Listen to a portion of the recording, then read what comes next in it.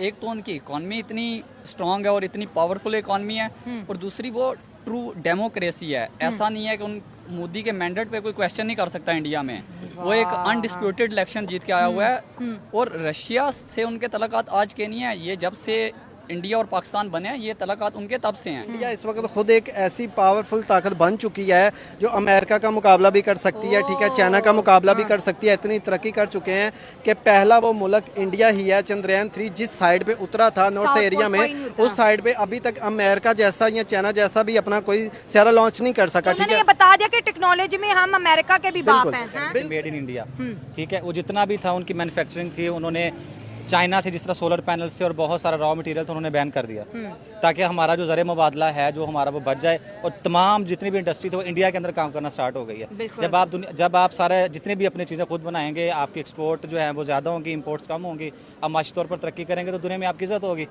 ठीक है, आप आज पाकिस्तान आप किसी भी कोई भी फैक्टर ले लें, वो सबसे बड़ा ना, आप देखें हमारी आज आर्मी की अगर बात करें वो दुनिया में 10वें या 11वें नंबर पे है, ठीक है, और इंडिया के चौथे नंबर पे है। जर्मनी के बाद जापान 5वीं दुनिया की सबसे बड़ी इकॉनमी है। तो आप देख लीजिएगा 2 से 3 साल बाद इंडिया उसकी जगह ले लेगा। इंडिया इस चीज़ की कभी परवाह नहीं करता, क्योंकि वो एक बहुत पावरफुल इकॉनमी है।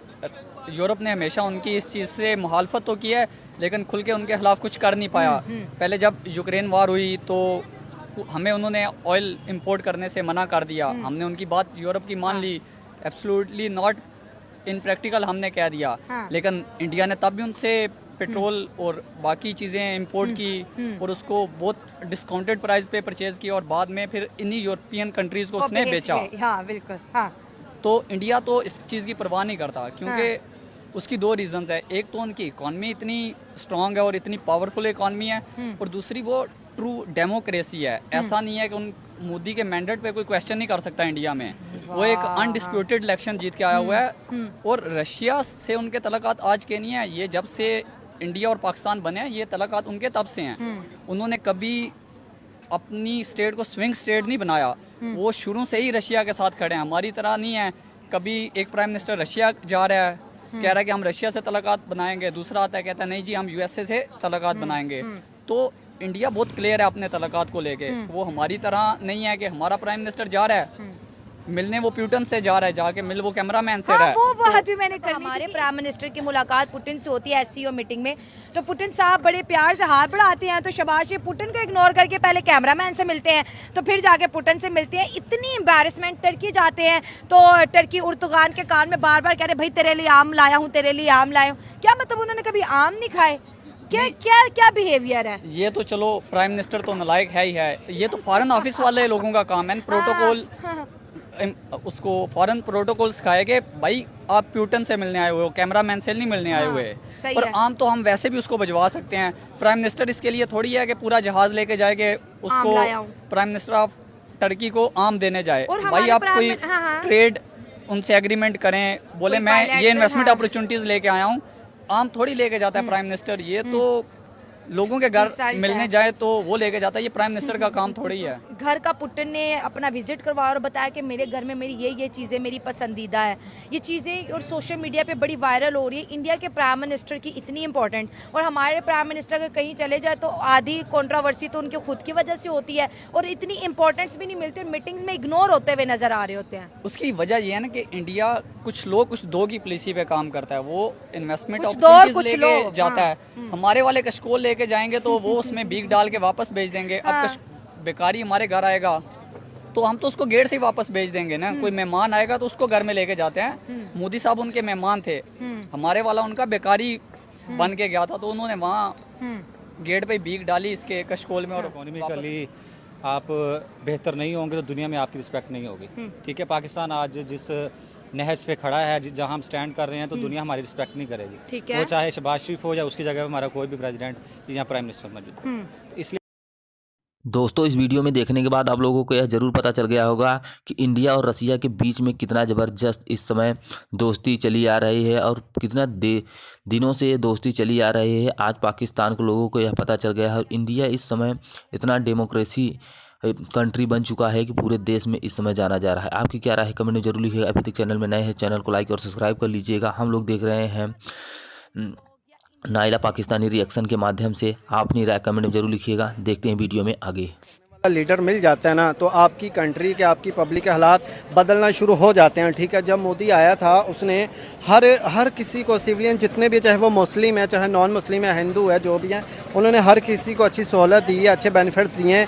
आप देख सकते हैं हमारे पाकिस्तानी जितने भी है, कहीं किसी से भी पूछें, हर कोई चाहेगा हम अपनी कंट्री से लीव कर जाए परमानेंटली। ठीक है, लेकिन इंडिया के लोग इतने हैप्पी हैं, खुश हैं, आज भी उनके कंट्री में रोज़गार अच्छे हैं, जॉब्स अच्छी हैं, ठीक है, बेनिफिट्स लोगों को मिल रहे हैं, उसकी वजह से ही वो अपने मुल्क को बेनिफिट दे रहे हैं। हम लोग इन्वेस्ट ही बाहर की कंट्री में कर रहे हैं। ठीक है, हमारे पास जो थोड़े बहुत बड़े लोग हैं भी हैं, वो भी बाहर जाकर इन्वेस्ट कर रहे हैं, बल्कि अब तो काफ़ी सारे पाकिस्तानी ऐसे जिन्होंने इंडिया में इन्वेस्ट की हुई है। उसकी रीज़न ये है कि इंडिया एक बड़ा मुल्क बन चुका है, बड़ी मार्केट बन चुका है, वो खुद एक ब्रांड बन चुका है।